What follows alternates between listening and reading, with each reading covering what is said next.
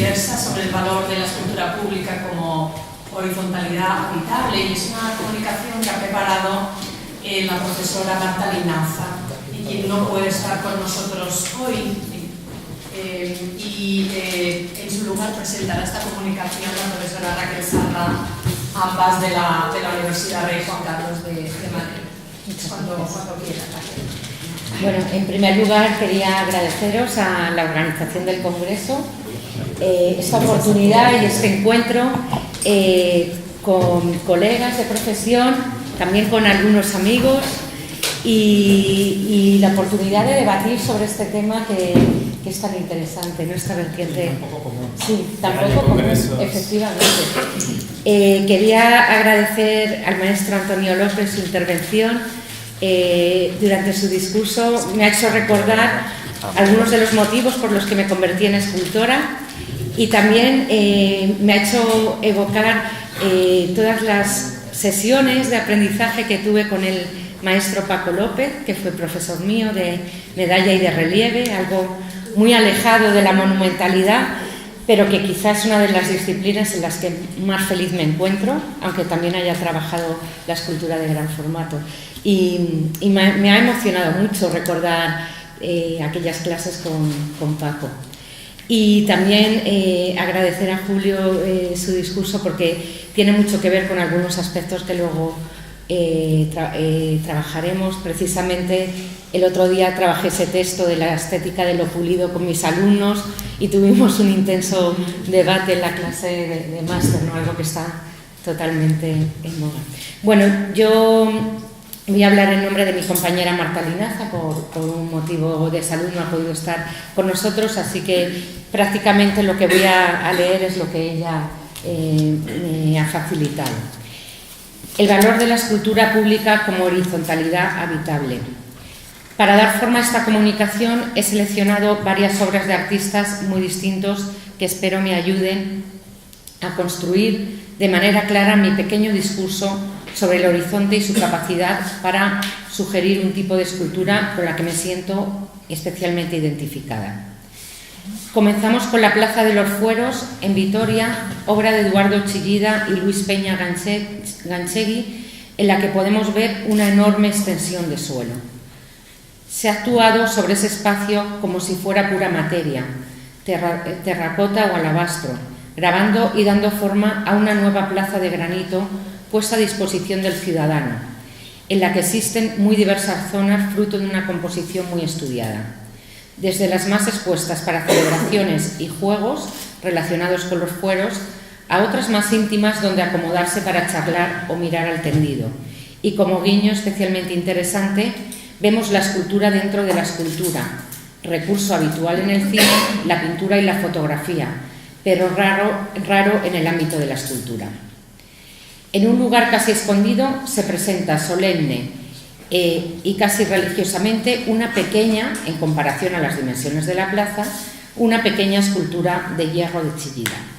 Lo interesante de este modo de hacer es que han inventado un nuevo lugar y lo han puesto a disposición de la ciudad, incluyendo a las personas en su obra, haciéndola habitable.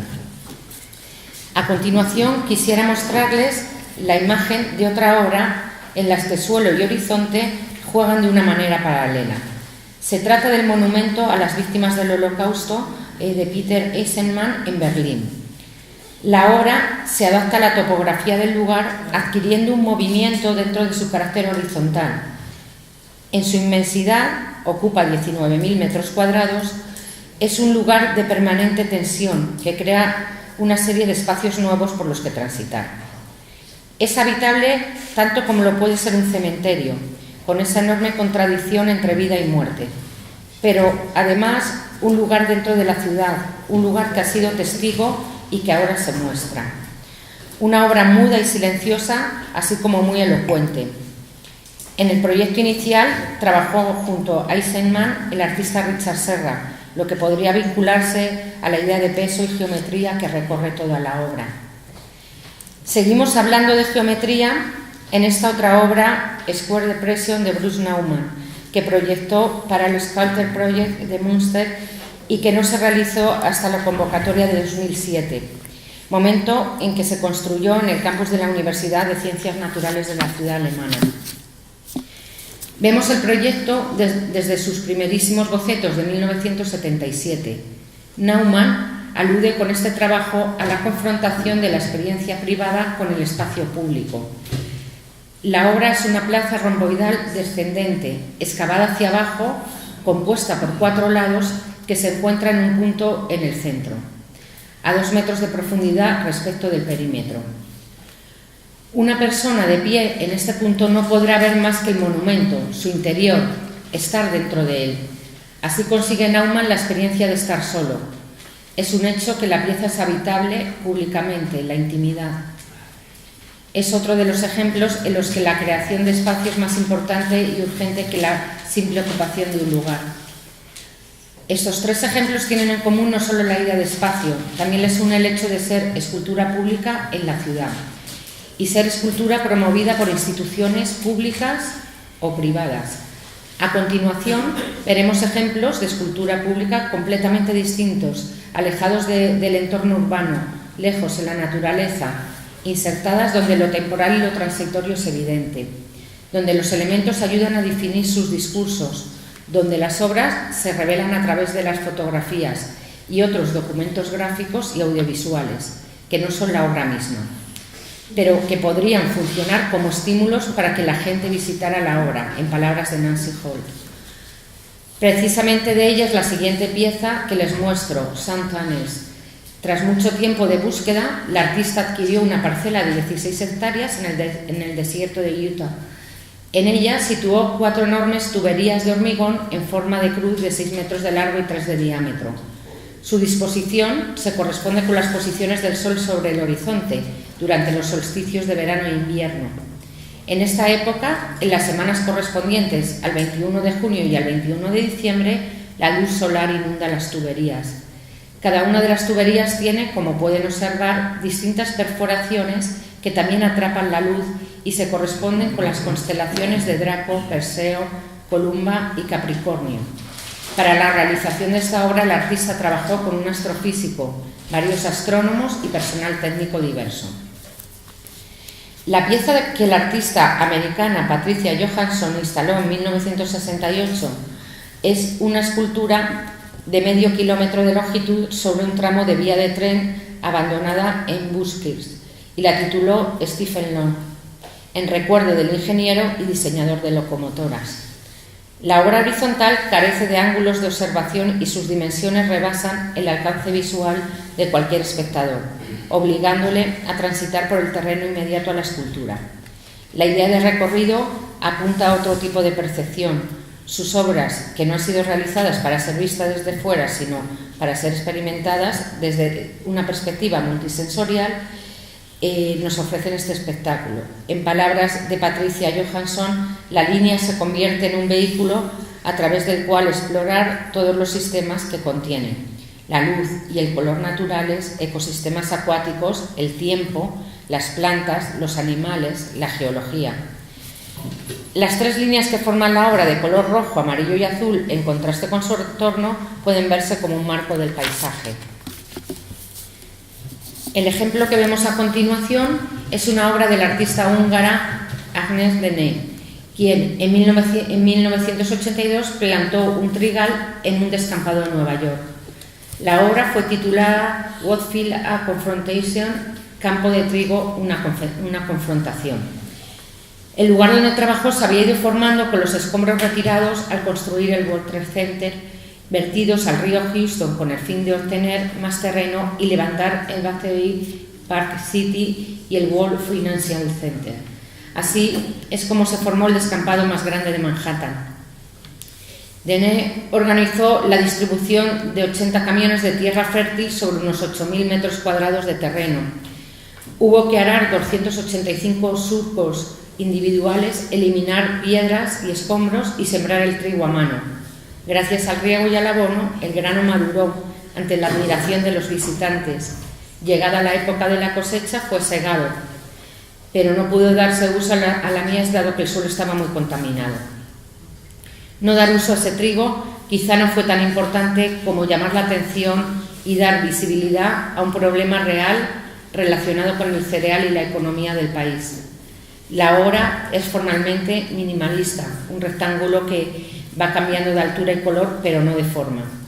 Una geometría en constante transformación que pone de relieve los errores de gestión del hambre en el mundo. La crítica no lo considera un trabajo tan interesante. Times tituló un reportaje sobre la obra Ambarinas ondas de mugre. Alice Aycock es una de las artistas invitadas en 1975 a Projects in Nature, 11 Environmental Works. Allí se presentaron 11 trabajos en un terreno de 50 hectáreas. El que ella exhibió fue Project for a Simple Network of Underground Wells and Tunnels, un entramado de pozos y túneles subterráneos que necesitaron 6 canalizaciones de bloques de hormigón. Difícil de clasificar entre arquitectura y escultura, al levantar la tapa de madera de una de las canalizaciones y descender por la escalerilla, el espectador se encontraba en un estrecho túnel de 80 centímetros de ancho y unos 70 de alto, de modo que solo podía arrastrarse hasta la siguiente abertura o volver atrás. Ella explicó su obra en los términos que el minimalismo había dispuesto al espectador. Para mí fue un punto de partida, en tanto que hay determinados aspectos del minimalismo sobre los que yo tenía una idea muy firme. Existen en el espacio del espectador, ocupa un tiempo y un espacio reales, y uno se enfrenta a él con el propio cuerpo, en lugar de ver un objeto sobre un pedestal. A continuación me gustaría mostrar algunos trabajos que fuera del aula taller de escultura y buscando modos de enseñar acordes con nuestros tiempos, hemos ido realizando en nuestra universidad, la Universidad Rey Juan Carlos, dentro del proyecto de investigación Conversaciones con el paisaje, dirigido por las profesoras Ana Balboa y Marta Linaza, que han participado además con alumnos con varios docentes de escultura y de otros ámbitos. Es un proyecto que comenzamos en 2011, que nos ha ayudado a pensar el paisaje y el territorio en relación al cuerpo y al arte, y nos ha hecho encontrar en la geografía y en las características físicas de los lugares donde hemos trabajado las ideas con las que construir códigos plásticos y conceptuales para interpretar el mundo. Desde entonces hemos buscado lugares de trabajo en los que el equipo de investigación ha ido creciendo. Entre ellos cabe destacar la Fundación Montemedio de Arte Contemporáneo en Vejer de la Frontera, en la que trabajamos en 2 ocasiones, el Museo Ignacio Zuloaga de Pedraza en Segovia y el Museo de Arte Contemporáneo de Lanzarote, al que acudimos para participar en la 9ª Bienal Internacional de Arte Contemporáneo. Estas son algunas de las obras que forman parte del proyecto y que se ajustan a estas ideas de horizontalidad habitable. Hay que considerarlas como lo que son, un ejercicio artístico docente. Conversaciones con la Tierra es una obra en la que juega precisamente con la línea del horizonte y la creación de un nuevo espacio, excavando un asiento para 2 personas que generan su propia charla dentro del propio paisaje. Banquete, otra de las obras realizadas en equipo, es un enorme rectángulo excavado en la tierra, trazado contra una ladera florida. En la obra, una mesa dispuesta para 28 comensales, que se corresponden con el equipo de trabajo que realizó este proyecto. Los platos vacíos de nuestra vajilla usada, desportillada a veces, evocan una celebración, el paso y la llegada de los desplazados. Todos aquellos que al emigrar dejan atrás su casa, su vida cotidiana. Mientras eso ocurre, el suelo que está vivo se deja mover por las hormigas y va cambiando su aspecto. El perfil tan doméstico que aporta la vajilla a ese entorno contrasta con lo efímero de la intervención. Tierra de nadie pretendía poner de manifiesto un espacio más que ocupar el lugar, evocando esa zona contradictoria de conflicto y de encuentro entre 2 trincheras, espacio que solo puede existir en tiempo de guerra. Construimos la pieza con sacos de escayola que fuimos mojando hasta que tuvieron la consistencia adecuada como muro. Entonces fueron pelados hasta dejar al descubierto su verdadera piel. Este procedimiento funcionó más o menos bien y parte de su éxito se debió a las condiciones climáticas. Hacía bastante calor, lo que facilitó el fraguado de las escayolas. Para acabar esta imagen, que corresponde al Festival Cultural Robert Capa, estuvo allí, celebrado en el mes de diciembre en Vallecas, Madrid, al que nos invitaron a participar. Planteamos una nueva tierra de nadie rodeada de mármol blanco, que, aludiendo a la guerra civil, tuviera un carácter mucho más poético y que sirviera como lugar de juego. Como en todos nuestros trabajos, lo efímero ha estado en la concepción de la obra, también en su final. Concluyo la comunicación con el convencimiento de que el mundo necesita ser pensado en términos de transformación y metamorfosis. La escultura también. Muchas gracias.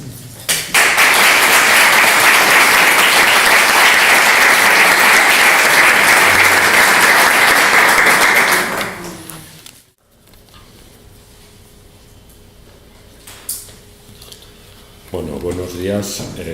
Debo reconocer que esto impone un poco más que dar clase. No sé muy bien por qué, pero es así. Pero bueno, entre compañeros, no te preocupes. Bueno, me he traído una chuleta, la iré leyendo, trataré de que no se note mucho, ¿verdad? Mirando hacia arriba de vez en cuando. Pero bien, vamos a empezar. Mi comunicación es acerca de obra propia. Y al presentar mi propuesta para este congreso, la dirección me planteó ciertas dudas respecto a la ponencia porque igual estaba demasiado centrada en un trabajo propio. Aceptando como muy razonables esas reservas, yo lo que les dije fue que en la ponencia voy a hablar de temas generales propios de la escultura monumental, pero utilizando mi propio trabajo. Como ejemplo de un posicionamiento respecto a estos temas. Porque, al fin y al cabo, del mismo modo que en otras disciplinas se pide a los ponentes presentar sus propias investigaciones, la mía como escultor es de carácter práctico y se sustancia en el propio trabajo. Es por ello que en mi comunicación trataré solo descriptivamente las cuestiones técnicas y formales propias de la obra, de la pieza. Servirán un poco como hilo conductor, pues para que vayan surgiendo cuestiones abiertas a la discusión, si procediera, a lo largo de la ponencia y centrándome en su carácter más general como elemento de resignificación del espacio público. Bueno, la imagen esta que vemos es una plaza en la Vall d'Uixó, una población de Castellón, un pueblo grande, una ciudad pequeña, como queráis llamarlo. La plaza de la Pau de Vall d'Uixó, en Castellón, estaba presidida desde el 1943 por una cruz de los caídos, que es esta que vemos aquí, cuya indudable estética neoherreriana, aun habiendo sido desposeída años atrás de algunos símbolos, le quitaron, tenía algún yugo y flechas y algo así, se lo quitaron. Y entendían pues que ya no tenía una significación política la cruz. También su monolítica sobredimensión para la referida plaza. Yo cuando llegué allí no sabía aún de qué se trataba muy bien el proyecto y fui a tomar un café y pasé por la plaza esa y me llamó la atención. Claro, en las fotos no se aprecia bien, pero realmente no es una plaza muy grande. Y la cruz era como una cosa inmensa, era sobrecogedora un poco. Un grandilocuente monumento unidireccional concebido para ser observado desde la avenida adyacente, reduciendo la plaza a la condición de mero suelo donde apoyarse. Un monumento de indudables aires fascistas hecho para ser visto desde la distancia, que ignora absolutamente el espacio donde se ubica y entra incluso en conflicto visual con las palmeras que lo circundan. Un monumento que paradójicamente no forma parte del lugar que ocupa. Decidido su derribo en cumplimiento de la Ley de Memoria Histórica, el Ayuntamiento planteó la necesidad de un monumento que conmemorase el carácter musical de esta pequeña ciudad, que cuenta con 3 bandas de música y ha dado múltiples músicos de primer nivel mundial.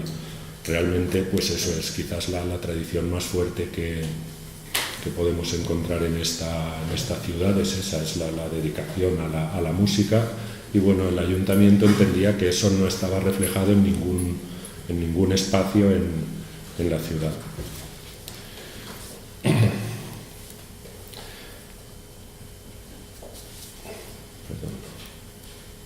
Como sabemos, todo monumento es expresión de un poder, y siendo este ayuntamiento de signo contrario al anterior, era previsible la polémica que iba a acompañar al proyecto.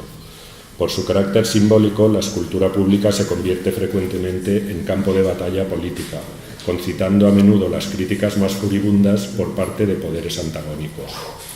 Bailixó tiene, aparte de la musical, una gran tradición taurina, que ya se vio representada monumentalmente por el consistorio anterior, de diferente signo, en la figura de un imponente toro emplazado en el principal acceso a la población. Y el ayuntamiento progresista vio también en este proyecto la ocasión para equilibrar la situación, aunque del modo más conciliador posible, pues gran parte de la población prefería que su ciudad fuera célebre por otras cosas. Resulta curioso comprobar cómo solo cuando se trata de polemizar, la escultura pasa a ser percibida socialmente como un asunto importante.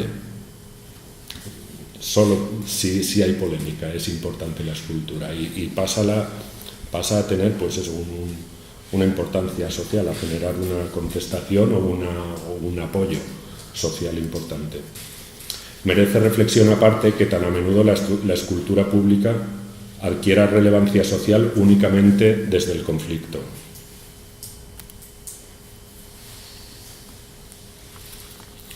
En el caso que nos ocupa, el derribo tuvo que ser asistido por la Guardia Civil, tras ser paralizado por un centenar de personas, algunos de los cuales habían llegado incluso a atacar las máquinas neumáticas, asumiendo graves riesgos para su seguridad. O sea, me contaba cuando estuve instalando la pieza, me contaba el constructor que para encontrar a alguien que se atreviera a derribar la cruz, se fueron a otro pueblo, buscaron a un tipo que se la jugó con el tema. Y me contaba eso, ¿no? Que tampoco es que hubiera mucha gente, pero estaban ahí pues estas señoras así como muy a tope. Y que hubo alguien que hasta le arrancó los manguitos a la máquina, los manguitos neumáticos, a la máquina, que dice, les podía haber salido el aceite a presión, les podía haber hecho daño y tal. Tuvieron que paralizar y luego seguir al día siguiente ya con cordón de Guardia Civil y todo el rollo. Yo ahí afortunadamente no estaba todavía, ¿no?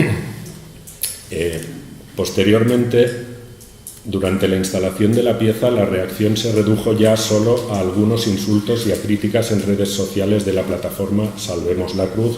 Generaron una plataforma para ello, que ponían la pieza pues a caer de un burro, lógicamente. El Partido Popular de Lavall y, en menor medida, en la página del ayuntamiento. Bien, en este orden de cosas planteamos un monumento de carácter conciliador, que pudiera con el tiempo ser asumido incluso por sus detractores, concebido teniendo en cuenta el espacio que ocupa, sus dimensiones y sus flujos, y también, por qué no decirlo, que se adaptara al reducido presupuesto con que se contaba. Pretendimos, pues, en este trabajo alcanzar un diálogo entre el lugar, la obra y las personas, como detallábamos ya en su introducción. Ahora cito la introducción en el proyecto que hice, porque viene al caso. El espacio público no es lugar para la imposición. Entendemos que este es el trasfondo de una demolición que, lejos del revanchismo de que se suele acusar desde determinados sectores a estos actos, lo único que pretende es devolver al pueblo en su conjunto un espacio arrebatado por imposición. Un espacio que es de todos, conviene no olvidarlo, ni para crear controversias, ni tampoco para arrebatarlo de nuevo, pero en otra dirección. El espacio público merece como tal un respeto por parte del artista, pues una vez intervenido va a tener una presencia y una significación constante en la vida de las personas. Por ello no debe ser reducido a mero expositor público a capricho del autor. Perdonad,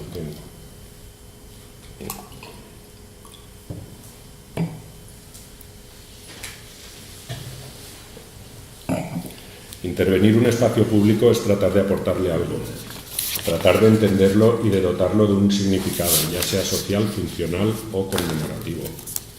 Es tratar humildemente de mejorar en algo la vida de aquellos en cuyas vidas vamos a introducir una presencia que entendemos jamás debe ser percibida por ellos como una imposición.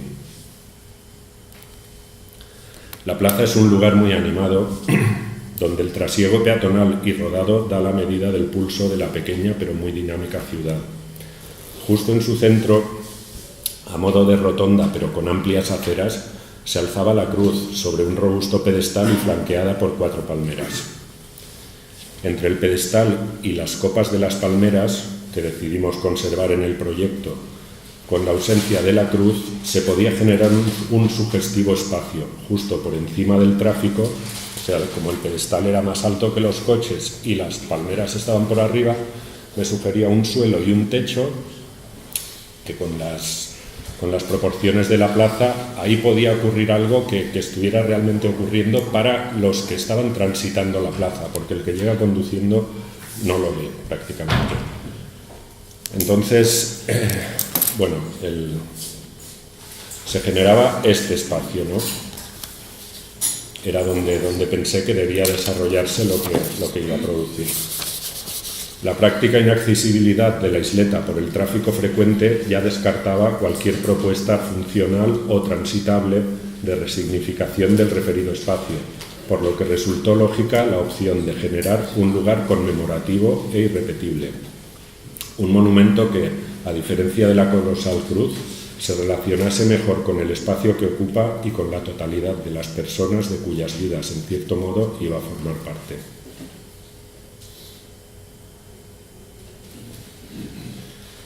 Cabe, llegados a este punto, recordar en la línea apuntada por Javier Maderuelo que desde el pasado siglo la escultura ha venido siendo desplazada del espacio público por la omnipresente publicidad, como generadora de significados sin otro fin que el comercial.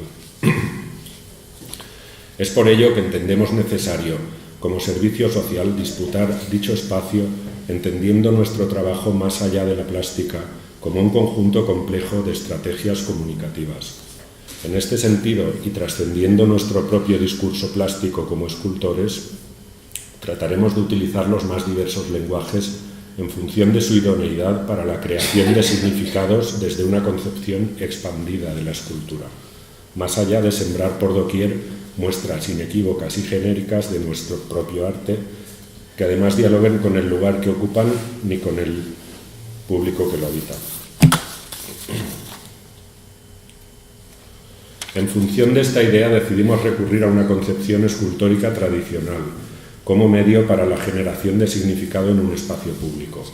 Como referíamos en el proyecto, entendiendo que un lenguaje incomprensible no vuelve más profundo un mensaje, a la hora de definir formalmente el nuevo monumento, se ha buscado un lenguaje escultórico figurativo y un tema alejados de innecesarias dificultades formales o discursivas que no hubieran hecho otra cosa que convertir nuestra propuesta a ojos del público en una nueva imposición estética por parte de una nueva élite. Hemos evitado, no obstante, caer en planteamientos temáticos y formales meramente anecdóticos.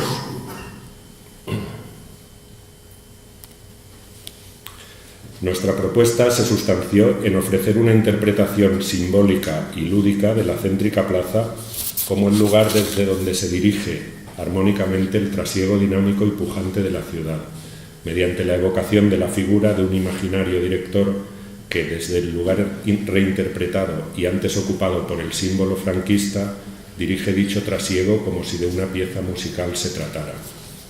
Era eso, convertir un poco la vida del pueblo en música de algún modo. La forma, poniendo un músico, no entendí que poner un director era convertir en músico a cada uno de los que pasaban por allí y su propia vida, en cierto modo.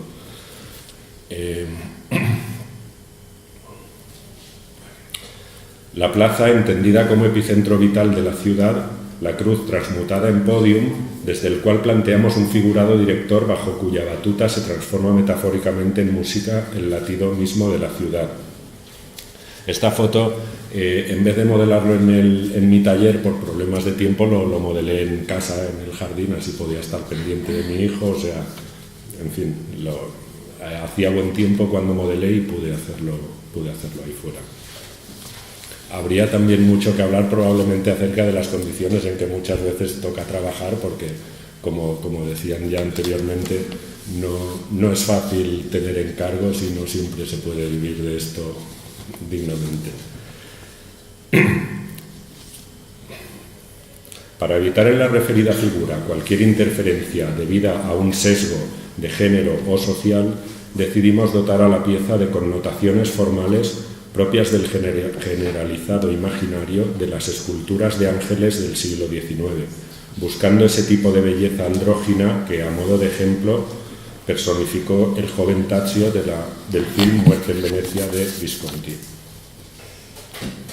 Si bien mostrando nuestro personaje desnudo, con un tratamiento más detallado en cara y manos y que va perdiéndose hacia abajo, para obviar así su definición sexual por mor de la creciente textura y fundiendo en su anatomía rasgos de lo masculino y lo femenino. De este modo evitamos adscribir en nuestra obra la dirección musical o la dirección de la propia ciudad a un género, época o estatus concreto. Optamos también por dotar a la pieza de un tamaño grande, acorde con el espacio, aunque manteniendo la escala humana, para evocar la idea de una dirección real, humana, de que había alguien ahí. Si le hubiera dado un tamaño grande, la hubiera convertido en una alegoría de la música o de la dirección, ¿no? La idea es un poco poner precisamente algo a tamaño natural, o sea, como si hubiera ahí un personaje dirigiendo realmente, para generar esa sensación en ese espacio.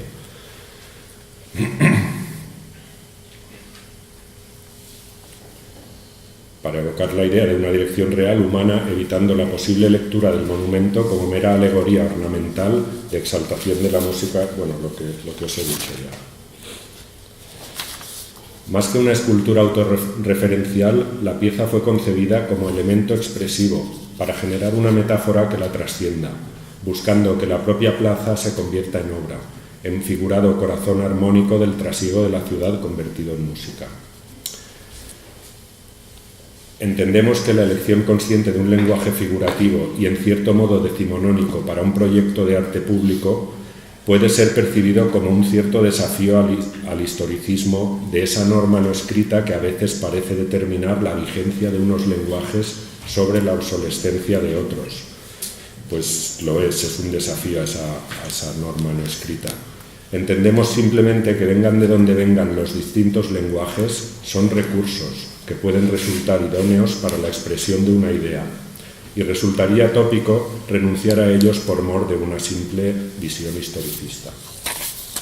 Mantenemos que, del mismo modo que el cine o la publicidad echan mano con entera libertad de los más variados lenguajes y universos estéticos, los artistas visuales, en tanto comunicadores que somos, debemos poder movernos con entera libertad expresiva por entre lenguajes y estéticas, sin más cortapisas ni limitaciones que las que se desprendan de nuestro propio conocimiento, y por supuesto no debemos ponérnoslas nosotros mismos. En nuestro caso, como escultores, nuestra formación suele ser la más variada conceptual y técnicamente. Ello nos otorga ciertas ventajas, si así lo queremos, pues nos brinda la posibilidad de expresarnos con tantos lenguajes y materiales como nuestra libertad nos sugiera. Hagamos pues uso de ellos como modo de recuperar para la escultura una cierta relevancia social. Ocupemos nuestro espacio. Esto es todo.